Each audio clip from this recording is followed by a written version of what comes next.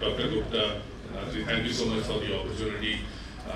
It's fabulous to see the convening that you pulled together and the speakers that who've come together over the last few days to speak about various critical topics. I know the focus is on statistics, but this morning it's my pleasure to introduce our keynote speaker for this morning, Dr. Arvind Subramanian, who's the Chief Economic Advisor to the Government of India. I don't think Dr. Subramanian requires much of an introduction, but per protocol, I'll just go through a quick summary. Dr. Subramanian has been the CEA since October 2014, and prior to that, he was the Dennis Weatherstone Senior Fellow at the Peterson Institute for International Economics in the US. He's also served as Senior Fellow at the Center for Global Development in the US. He was previously Assistant Director in the Research Department at the IMF. He's taught at various leading global institutions, including the Harvard School's Kennedy School of Government, as well as Johns Hopkins University. Dr. Subramanian has written widely about topics including growth, trade, development, aid. He's also focused a lot on the trajectories of countries like India and China. Two of his books in recent years have actually focused on the economic trajectories of India. There was India's Turn published in 2008 and Eclipse published in 2011, which looked at China. In 2011, Dr. Subramanian was named to Foreign Policy's list of 100 global thinkers. And I think it's fair to say that we feel lucky and privileged to have him as CEA during these pretty turbulent times, globally as well as domestically. So with that, I'll hand over to Dr. Subramanian to start on his talk, which is going to focus on an overview of the Indian economy. Just in terms of structure for this session, Dr. Subramanian will speak for about 30 minutes, and then we'll have a moderated Q&A. We'll take batches of about 3 questions, and it would be great if people can stick to the question that they'd like to ask, as opposed to getting into a commentary on Dr. Subramanian's presentation. So with that, I'll hand it over to you.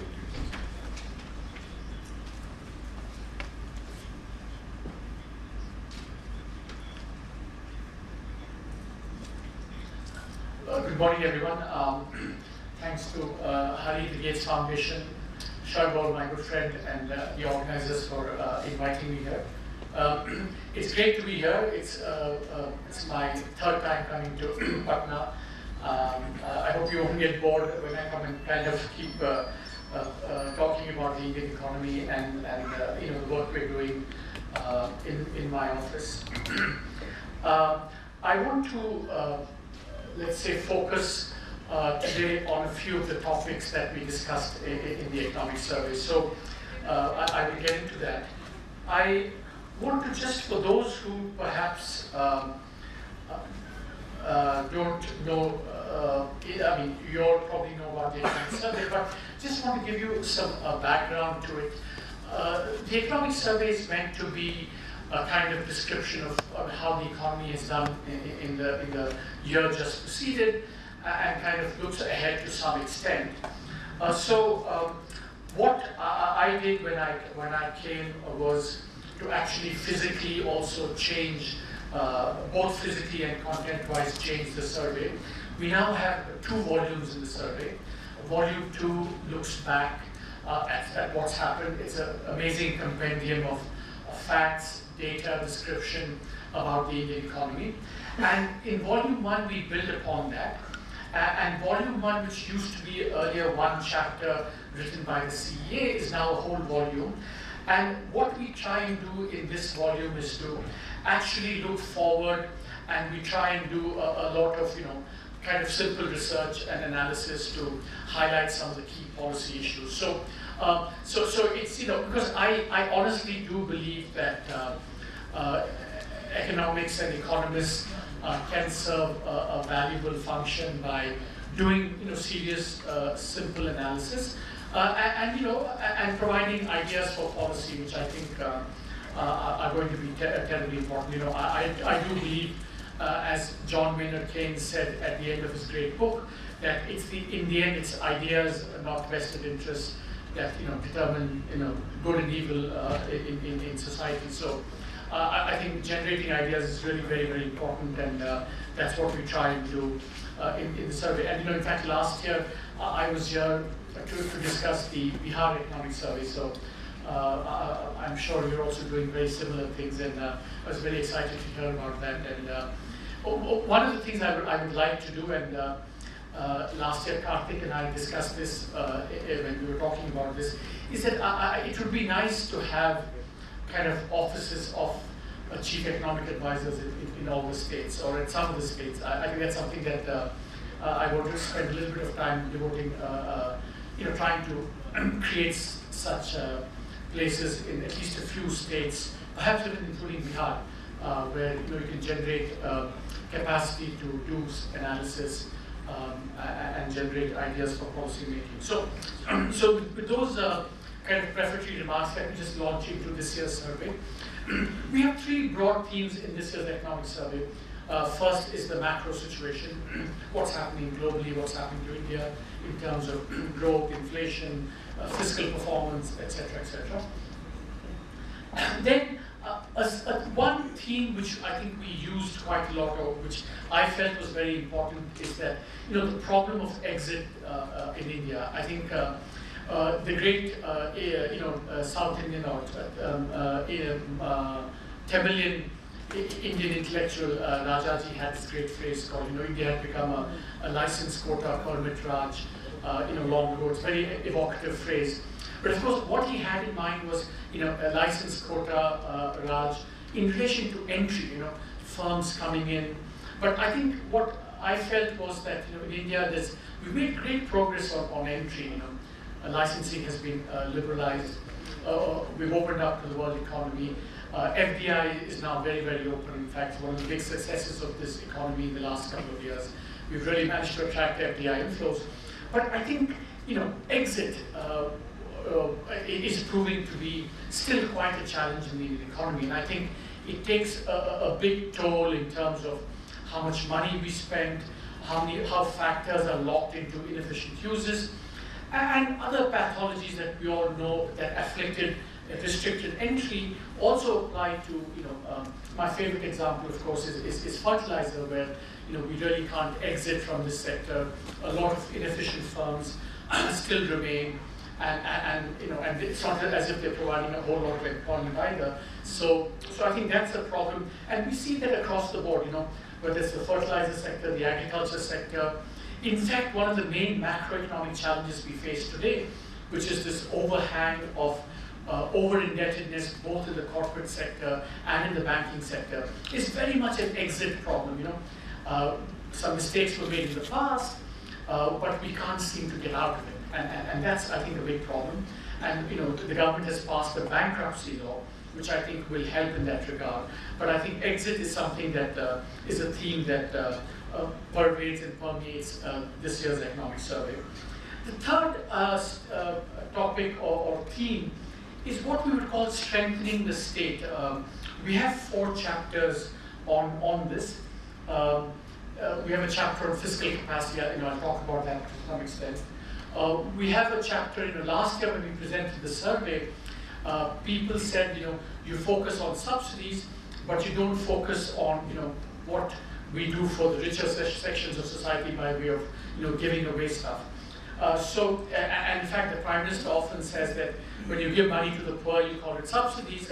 When you give money to the rich, you call it incentives. So I think that's a very fair criticism. And so this year we actually documented what, in about 7 or 8 sectors, how much subsidies we actually give to the relatively well-off in society. And that's and it has very important implications for how to strengthen the state. Perceptions about the state and what it can do to economic performance. I think it's very important. We have a chapter on mother and child, and I think that partly because I felt that there are many ways to come at the gender issue, and I thought the mother and child was one kind of segue into that, one perspective on that. And we actually show in this chapter that if you look at all the interventions possible in terms of in the social sectors, I think we make the claim maybe a little bit exaggerated, but early life interventions in terms of their social returns are arguably the highest in society, and therefore we need to make progress on that. And then we have a last chapter on the whole jam thing, and how not to spread a jam across the Indian economy. Jean Drez is in the audience, so I have to be very careful about jam. So that's why I was about to say how to spread, but I'm also saying how not to spread jam across the Indian economy. Okay, so let me quickly, I don't want to, in the Q&A we can discuss a lot of these things. The only thing I want to say is that, in terms of India's medium-term growth prospects, how should one think about it? There's a very famous book written by Acemoglu and Robinson called Why Nations Fail. It's based on a series of articles that they wrote along with their co-author Simon Johnson, who's a very close friend of mine. But it's a literature that goes back to Douglas North, Holland Jones, Engelman and Sokolov, a very rich tradition in the last 25, 30 years that has argued that in the long run, institutions, public institutions, matter for long-run economic development. So if you look at the y-axis, it's a measure of economic development, just per capita GDP, and on the x-axis, it's some measure of political institutions. Sorry, their claim is actually it's not economic institutions that determine long-run development, but in turn political institutions, because it's political institutions that in turn determine how economic institutions evolve. And so they make this claim that, it's a very bold claim, but it's deliberately bold and simplistic. And they say that, a country's political evolution is going to determine its long-run economic future as well. And, that red line that you see there is actually a very, very strong relationship that actually supports their contention broadly. But then if you look at it a little bit deeper, and I wrote a critique of that, is that it doesn't explain the two largest economies in the world. You see, China and India are completely off the line, so that they don't fit into the relationship. And they don't fit the relationship in completely opposite ways. China, for example, is too rich given its level of political institutions. That's why it's on that side of the line. And India is on the other side, which means that given its political institutions, it should be much richer. So these are two kind of anomalies to the very bold and fairly compelling hypothesis that in the long run, political institutions matter. So what I use this to argue that if you think over the next 25, 30 years, both these countries are in some ways going to revert to the mean, i.e. are going to become much more typical economies, then what's going to happen is that China, some combination of slowing down and political development will make it a more normal country. And in India, some combination of, hopefully much more economic growth will make it a more normal country. So you can use that to actually come up with a prediction for, or a forecast for long-run economic growth. And that's how I calculate that, for India, the medium-term growth potential is something like 8 to 10%. Whereas for China, it's actually going to slow down considerably. It's going to go down to about between 4 and 5% over the next 5, 10, 15 years. And that's not because, in some ways, China is doing badly and India is doing well. It's just going to be a consequence of both countries becoming more normal. So it's the very process of normalization that's going to lead to much higher rates of growth in India and slower rates of growth in China. So this is just something that we did in the... So the second theme is what I call, the Chakravyuha or exit challenge. What we showed in this chapter was the problem of exit is pervasive in the economy. It's not just the public sector, but also the private sector. I mean, public sector, we know the exit problem, whether it's fertilizer, the banks, the discoms, civil aviation, administrative schemes. We just, randomly looked at the number of centrally sponsored schemes and how they tend to persist over time. There's actually one scheme in India which is 96 years old. It's still on the book. Some dairy scheme. It still exists. So I think it's very difficult to get out of all this, and I think that's a big problem. So as I said, it's not just in the public sector, it's also in the private sector. I mean, for example, now, if you look at the steel industry today, the problems are mostly in the private sector, not in the public sector. Similarly, we think that it also it's not just doesn't just afflict manufacturing, it also afflicts agriculture in some ways. I mean, you could argue that one of the exit problems of the Indian economy is that we cannot get out of cereals. The exit from cereals is becoming very difficult, when in fact now our pulses situation is such a problem. And I mean exit not in a consumption sense that we need to provide less for the poor, but in the production sense, in the sense that our incentives for producing cereals relative to other crops have been kind of stuck, and we're unable to recalibrate those relative incentives. So, and we document the costs of this in the economy. And the question is that why is exit difficult, and why is it difficult? And I think there are all kinds of reasons related to interests, institutions, and ideas. And I think that all of these contribute to the exit problem. And one thing I'm struck by, of course, is that if you take the problem of the corporate over-indebtedness in the corporate sector and the banking sector, I mean, I've come to see that in India now, it's not just that public institutions may be weak in some sense, but actually some institutions may be so strong that they actually have led to paralysis in decision making, which creates a real problem. I mean, for example, it's going to be very difficult for public sector bank managers to be able to write down loans because of the fear that those decisions will be challenged as benefiting some interest group or the other, which kind of is leading to a kind of bureaucratic paralysis. So I think it's very interesting. I think that we need to do think much more about how to solve the problem of exit in the Indian economy. I think on agriculture, I won't spend much time except to say that there is I do think we need to think much more hard about raising Indian agricultural productivity. Still very far from the frontier. I was struck by this chart in particular. If you look at the volatility of agricultural growth in India and China, for a long time we were very similar, but notice how in the last 10-15 years the blue line has become very steady.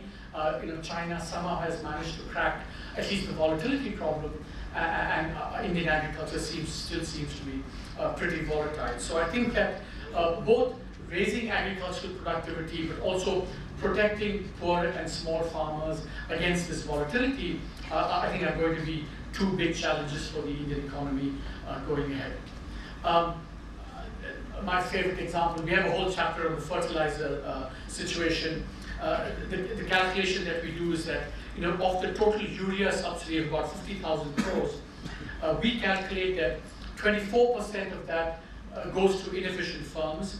The remaining 41 gets diverted either to industrial users or across the border, and really only 35% of the total goes to small farmers, the way we calculate small farmers. So I think there's really scope for using Aadhaar and JAM to actually clean up this sector, and some pilot projects have been started in fertilizer. This now in Krishna and West Godavari districts, and then next Kharif season, the pilots are going to be extended to about 15, 16, or maybe 20 districts across the country. So, just to give you a sense, the fertilizer subsidy in India is about 75,000 crores plus about 40,000 in arrears. So it's about 0.8% of GDP, which is quite a big amount. And we know what it's not just the fiscal cost, but the overuse, the health cost, the water tables, and all of that. So I think the fertilizer sector is eminently ripe for more reform. Just to give you an example of the fertilizer regime, the fertilizer, in fact, is one situation where we have 30 firms. We actually give the more inefficient the firm, the more the subsidy that they get. So it's really a very interesting case of a very perverse subsidy regime. And of course, when we talk about the exit problem, this is not a case where the exit problem, I have a lot of, sympathy for, tackling the exit or inability to tax the exit problem because of, where there's a large number of people employed, like in the banking sector or whatever. But in the fertilizer sector, if you see that there are lots of very inefficient firms which actually employ very few people. So I don't think this is a sector where employment and any redundancy should be a serious obstacle to addressing the exit problem. One of my favorite, we also did some work on the power sector, and I would urge all of you to read the power chapter. I know my team has really done a lot of very good work. But I'll just show you one chart on power, and I think this is for me so amazing, and it kind of opens your eyes. Generally we believe that every market should have one price. At most we say, well, there are poor and rich, we have two prices or whatever, right? So, but we know that the more prices that you create in the market, the more leakage there's going to be, all the incentives are going to get distorted, they're going to be black markets, and all of that stuff. In the case of the power sector, this is a tariff schedule from one of the states, which I'm not going to name, but all states' tariff schedules are like this. I mean, we have about 100, 150 different power tariffs. I'll give you one example. There is a separate tariff for mushroom and rabbit farms. Why would we have that? There's a separate tariff for floriculture and greenhouse. There is a separate tariff for wetland farmers greater than 2.5 and another tariff for wetland farmers less than 2.5. It just goes on and on and on like this. I mean, this cannot be by any stretch a reasonable way of setting prices in any sector. And so, they're just, transparency and efficiency benefits that come just from simplification. And we wanted to highlight that with the power sector. But, in the power sector, there are also other issues like, I always like to say that, we're one country politically, but I've been struck by how in sector after sector, we are such a fragmented, balkanized country. Whether it's agriculture, whether it's taxes, and hopefully the GST will address that. Power. Every state reserves the right to impose tariffs on importing power from other states. It's like we balkanized the country. I mean, if you're in Tamil Nadu and you want to buy power from Andhra Pradesh, you effectively pay a tariff as in a trade tariff, as in a restriction of about 60–70%. I mean, how can this be? Forget about all the inefficiency costs of all of this. Just, it just gets at me, at the notion of one India. It should be one economic India, and how we've completely balkanized that is something that really is still quite striking to me. This is the tariffs that states are imposing now on getting power from other states. In Tamil Nadu, that's like almost like a 60–70% tariff. It's something that I think we should.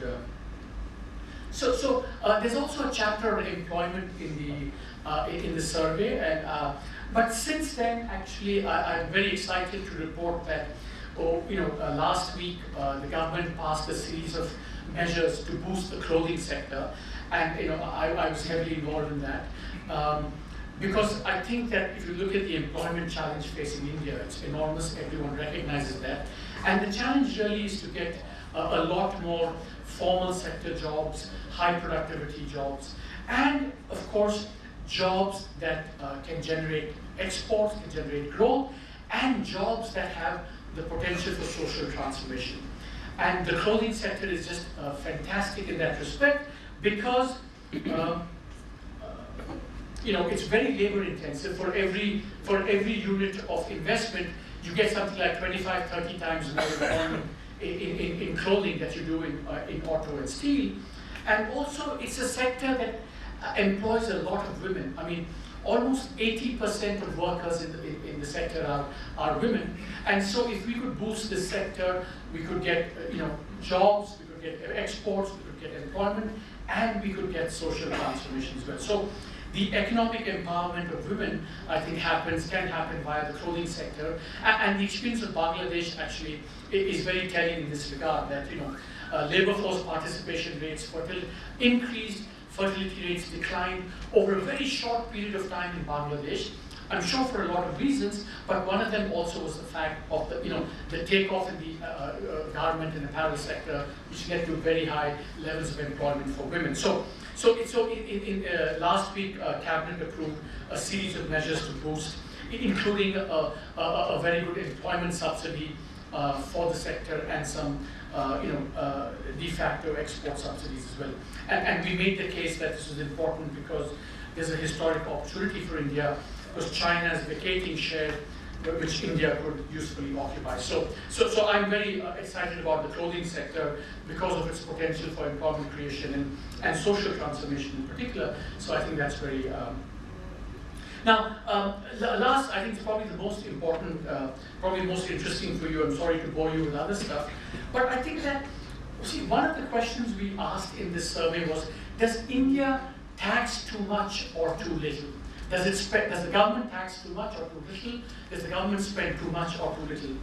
And and you'll be surprised at how much misperception there is on this. And I'm not even going to say that my answer is correct, what we came up with here, but I just want to put this to you as a way of how we should even think about these questions. So I'll just take you through how we thought through this. So if you just look at the table on the left and compare India's tax to GDP ratio and spending to GDP ratio, it's much lower than most emerging market countries, and of course much lower than advanced countries. So you say, and this is what everyone says, oh, India taxes too little. But we know from the history of economic development that taxation rises with development for a whole number of reasons. And then, what you do is that if you control for the level of development, it turns out that India doesn't undertax, doesn't underspend. I mean, there is a regularity that richer countries tax and spend more, poorer countries tax and spend less. So if you take that into account, India is not bad at all. So that's the second level at which you can answer this question. But then there's a third level at which you can answer this question. But India is a democracy. And how does it compare with other democracies?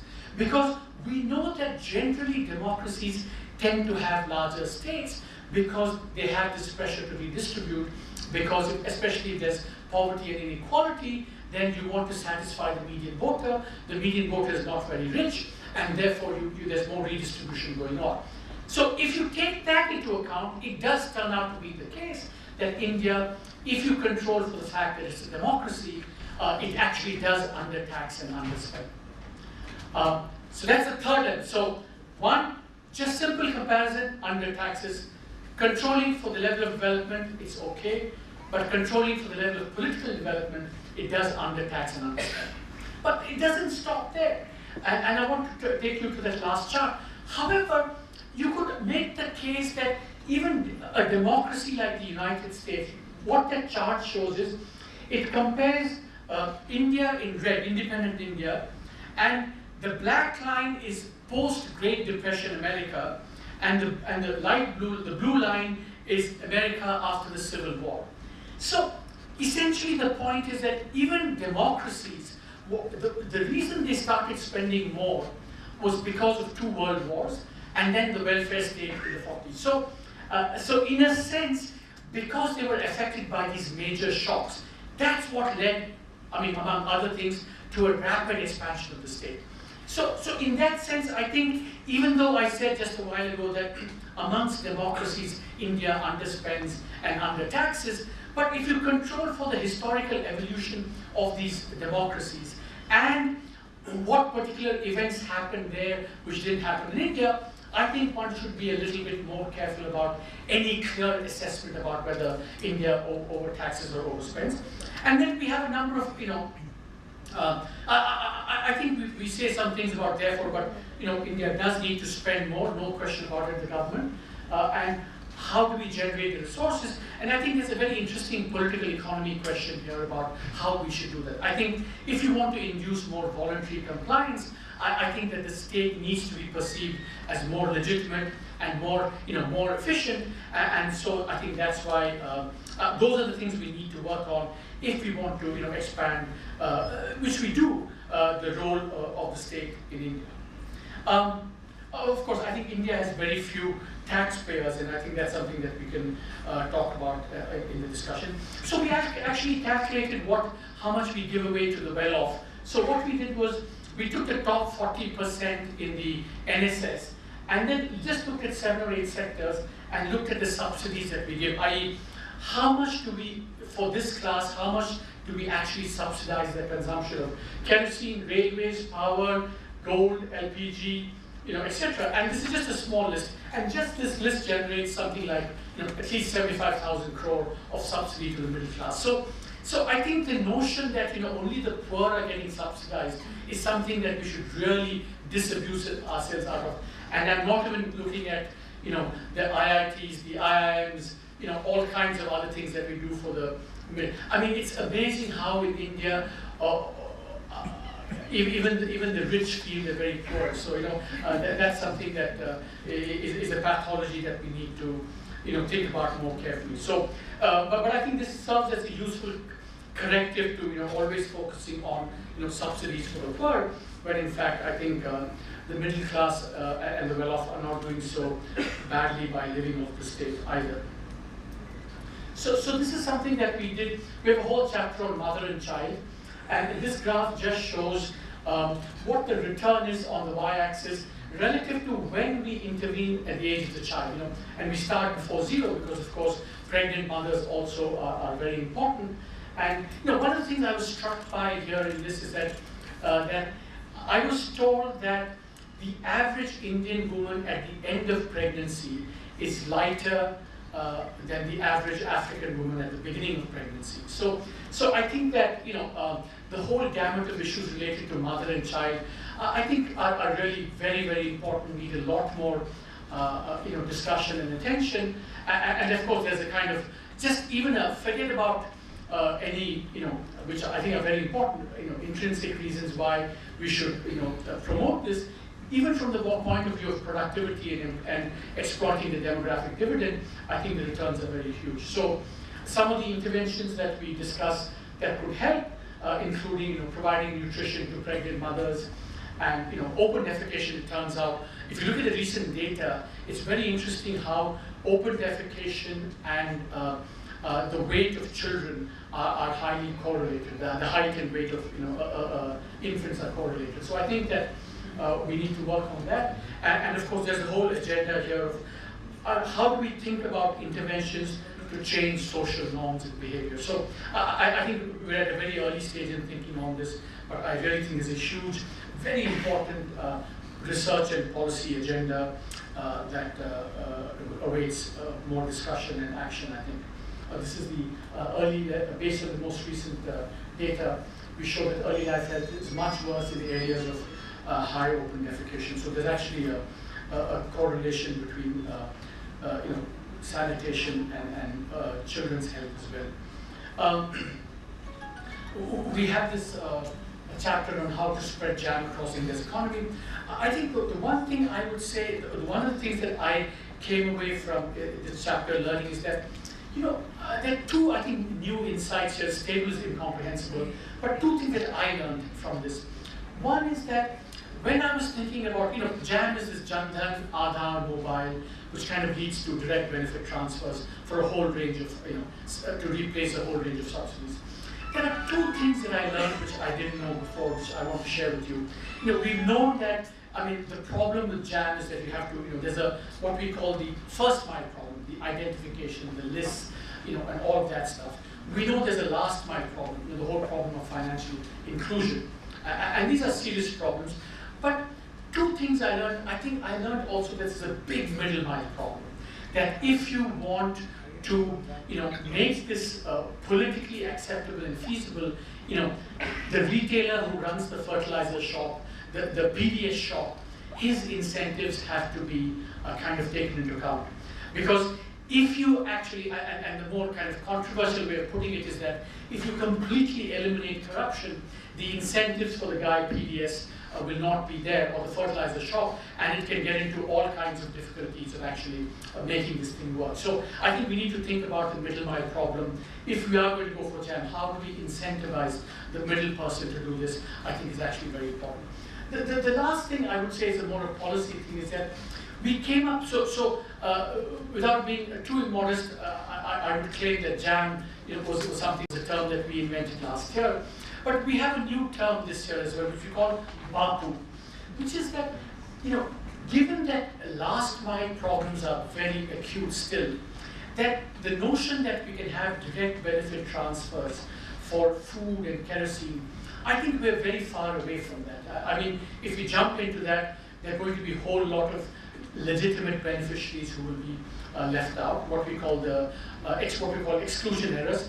And therefore, I think for some considerable period of time, we advocate what's called a BAPU model, that is biometrically authenticated but physically uplifted. So that what would happen is that the beneficiary would go to the fair price shop, he would get authenticated with the Aadhaar and everything, but he would still just get the physical at the shop, because that avoids a lot of the problems that happen if financial inclusion isn't as good as it should be. So I think this is something that, I've been in Krishna district where this is working very well, but even there where the systems are very advanced, for food and kerosene, they still do the BAPU model and not the direct benefit transfer. So I think it's kind of an important insight or learning that happened for me as well. So, I've spoken a lot.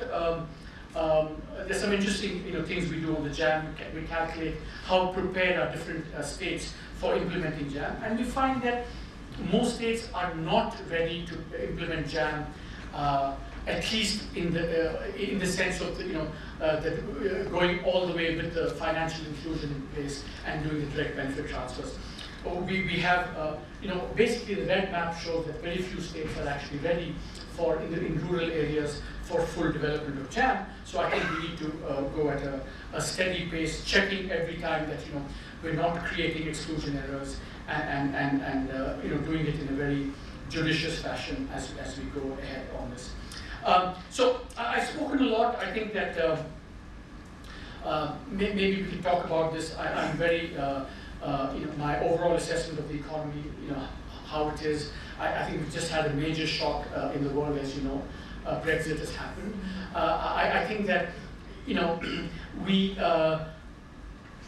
maybe sitting in Patna, far away or remote from this, we may think that this is maybe far away from us or distant, but I do think that this is a very, very significant development in the history of, I think, post-war development, political and economic development. I think it's going to have huge consequences for the UK, for Europe, to some extent also for us in direct and indirect ways. And I think that one thing I can say for sure is that there is just so much uncertainty about what's going to happen. It's not just the economic consequences for the UK and others, but also the political consequences for the UK and Europe as a collective entity, and therefore what it means for globalization internationally, what it means for how elites in society need to readjust and recalibrate and reassess their role and what they've done. I think there are whole kinds of issues that are going to be raised by Brexit. I also think, on a personal note, it's a very sad moment. I was speaking to my two older children, who are kind of a little bit international citizens, having been born and grown up all over the world, and including in Europe. There is a sense of really deep sadness at what was a great social experiment at bringing people together, overcoming atavistic hostilities, overcoming difference, trying to repudiate all the sadness of history. That experiment is being reversed, and that's actually, I think, very, very sad. But I think in economic terms, we are well braced, at least in the short run, to we have a solid macro economy. Our growth prospects are looking good. So we're going to be thinking about how to deal with this in the days and months ahead. But just as an event in itself, I think it's quite a sad and a landmark moment in the history of post-World War II world. Thank you.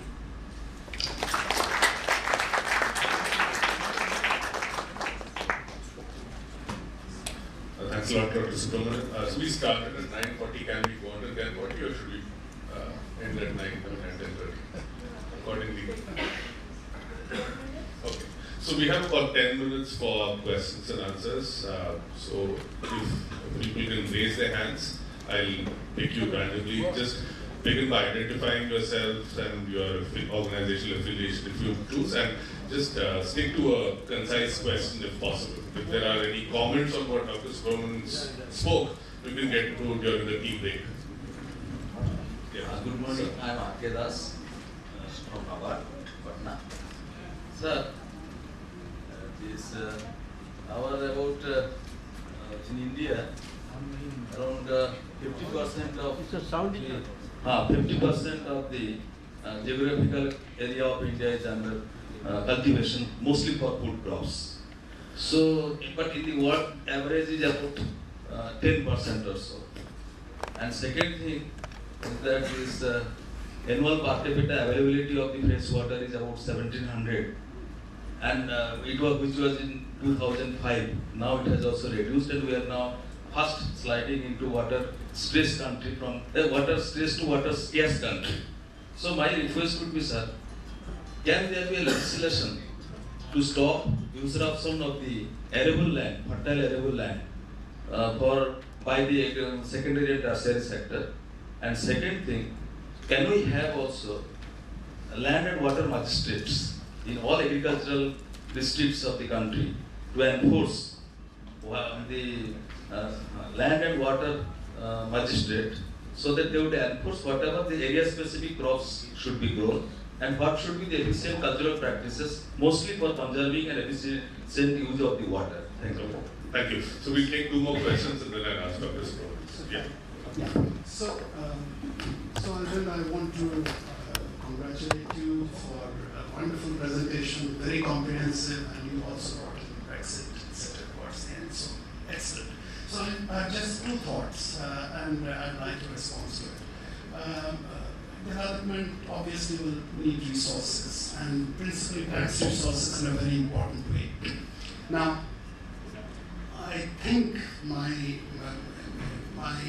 whatever I know of the tax system here, the tax GDP ratio is still stuck somewhere around 17, maximum around 18% or so. And we had reached 17% even in 91 at the beginning of the reform process. And when Raja Chadaya took on the tax reform committee thing, the idea was that we'll slowly move up. But actually, the tax GDP ratio went down, as you I'm sure know, and has only moved up now. How soon can we expect, looking at direct taxes, where we have done somewhat better in recent years, there is great scope for increasing the tax GDP ratio of indirect taxes. So even Chadaya had thought of thinking of something like 20-21%. That will give you an additional 3% or so margin on tax GDP ratio. Huge for developmental purposes. That's number one. So how do you see the tax GDP ratio moving? You can bring in the GST also on that. Number two, you did not touch on the issue of poverty and inequality, but your time was limited, and I'm sure there are many other issues that are equally important. On inequality in particular, there are perceptions that inequality is getting sharpened in the country. And how do you, what is your take on the inequalities which you chose out? One more question, maybe at the back. Yeah. Yeah. So, no, actually, there's a person out there sitting in Dr. Teresa's room. we'll try and have one more round of questions. So,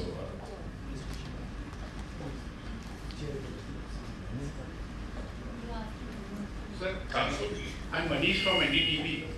So when our economic fundamentals are so strong, then why do we need to pay 200 rupees for per kg dal and 80 rupees for per kg tomato, and for how long? Okay, so over to you, Ramesh.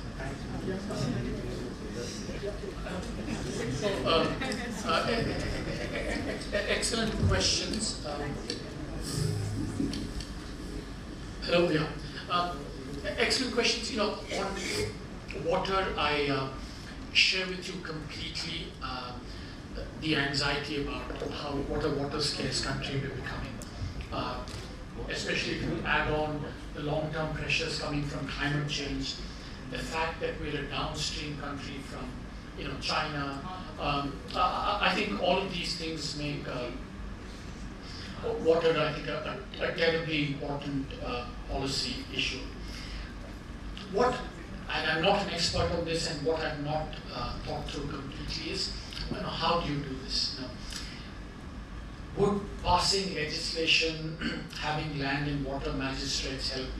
I just don't know whether. I mean, we know from the history of whatever we learned in the last 30, 40 years that these are complex problems, and we can't easily just have new legislation or create these magistrates. It's just our state capacity is such that I don't have full confidence in these solutions. So I think we need to, and frankly, these are also things that states need to think about. The center needs to think about this, because water is a state subject, and I think states need to think much more about this. So I don't have any good solutions for this.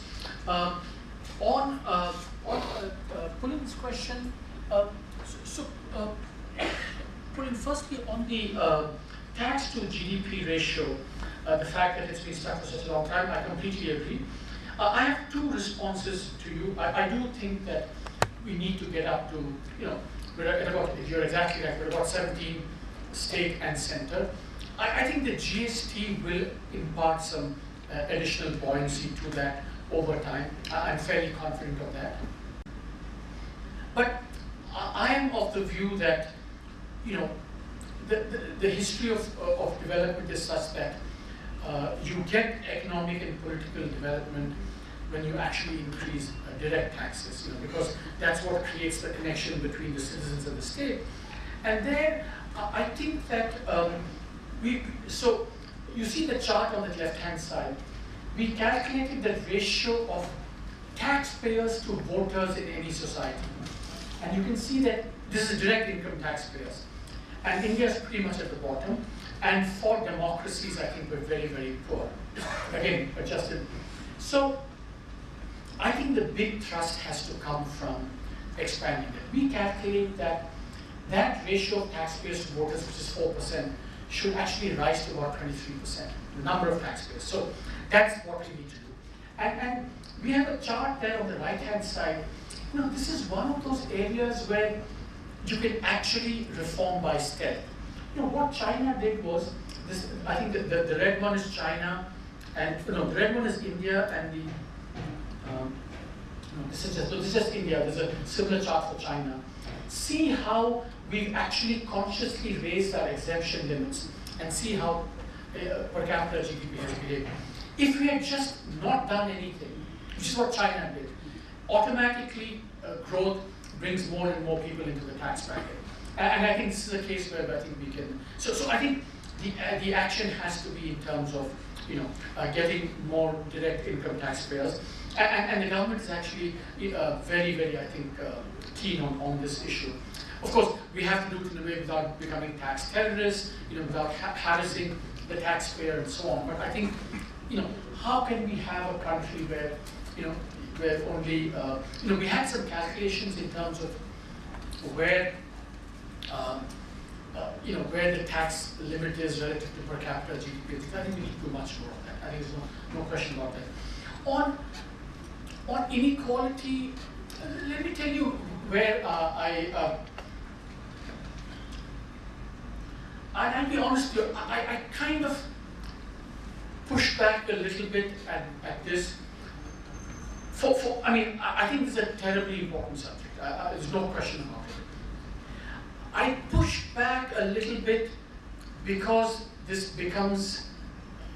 gets put on our agenda because suddenly the West has rediscovered inequality as a big problem, and Thomas Piketty says this is the #1 problem in the world, and therefore I think a certain Delhi intellectual then says, oh my God, this is also very important and so on. So I think, and I'm being a little bit not very nice here, but I think that kind of thing because I think that it's not just that it's a Western agenda, whatever. I mean that's part of it, but if it gets framed in the way that it's got framed in the West, I think that can be misleading because our problem with inequality, and remember, my credentials here are good because in the economic survey I'm telling you how much the government is subsidizing the rich as well. So it's not that in any way, I want to take the side of the rich in any way. But I think the focus of the policy response in the West is how do you, raising taxes, very progressive taxes back to 50-60%, so that you can reduce this phenomenon of the top 1% hogging everything. I think our inequality problem, at least in the first instance, is about how do we focus on bringing those people at the bottom up. The poverty agenda, the skill agenda, the education agenda, all those things. So I think that it's a long-winded way of saying, yes, it's important, but it's not the agenda that's been set by the West. Food prices. Yeah, see, on food prices, we have a big pulses situation in India. Remember, dietary patterns are shifting towards pulses, and we, on the production side, still emphasize cereals. So I think we need to do a whole bunch of things, which I think that there's actually even a national pulses initiative. So, and remember, pulses is one area, see, in food, in cereals, at least we can buy this stuff from abroad because we're still a very small player. In pulses, we are one of the world's biggest consumer, and our consumption is a big fraction of world production. So pulses is something that we have to focus on producing much more domestically. That's why, if you notice in the last 3 or 4 seasons, the government has announced very high increases in minimum support prices for pulses. Because I think finally we have to get, pulses are mostly grown in rain-fed areas. We have to make pulses profitable. It has to become part of being grown in irrigated areas, and only then I think will the pulses thing be really solved. So I think pulses we have to really focus on. On the vegetables, I think it's kind of a different set of issues where it's a lot more about making, there I don't think it's a problem of underproduction so much. I think in pulses we have a genuine problem of underproduction and how to increase the incentives to increase production and efficiency, bringing in more science, more technology. In the case of vegetables, it's also a lot about making India's market function much better. Because you can get onions in Maharashtra, they don't get transferred on time elsewhere. Similarly, the same thing with tomatoes as well. So I think it's a different kind of problem on vegetables and fruits. It's a kind of market problem, whereas in pulses, it's really an underlying production, efficiency, technology problem. Now we have time for a couple more questions. So in fact, there's one gentleman who had his hand up. So maybe just the last question because you had your hand up. My name is Sanjay Kumar. I work with the Center for the Study of Development. We were building an argument that the subsidy of the government is more or less not equal, but for the wage for the middle and the poor. And you had a chart in which you tried to extend 76,000 crore subsidy for the poor. And I was wondering about And I was wondering about the items you had put in that kerosene, LPG. I wonder how would you put kerosene as an item for subsidy for the middle class? If we put LPG in that, I don't think that LPG is an item which is only used by the middle class, whether you are rich or poor. or middle class, if you put food, it is an item which is which is applicable to the rich as well as the middle class. So I have the problem about the categorization. So I can explain that.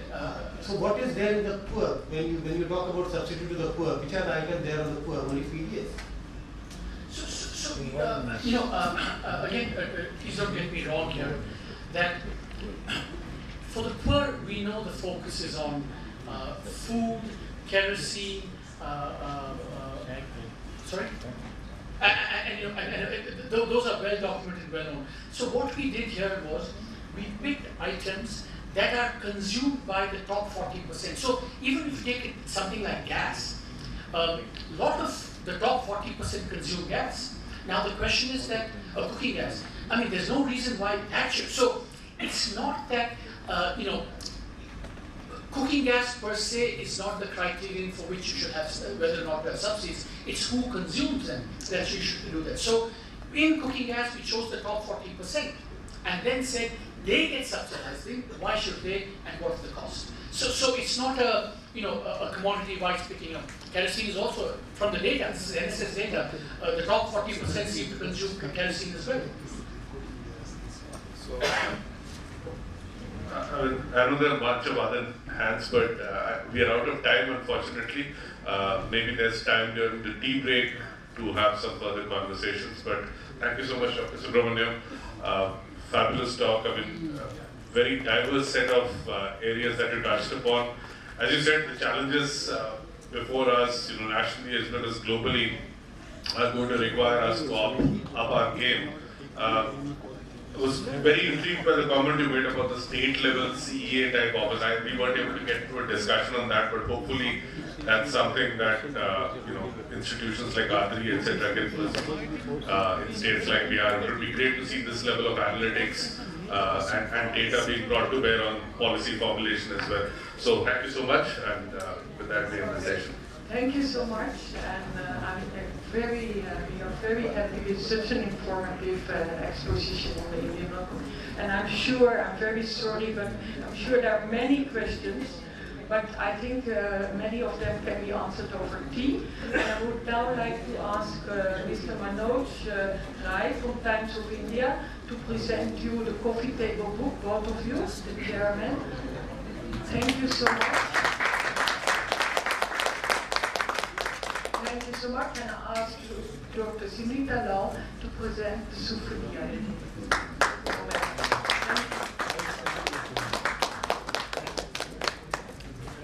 We have now tea, and any questions can be asked over tea. Thank you. We'll start.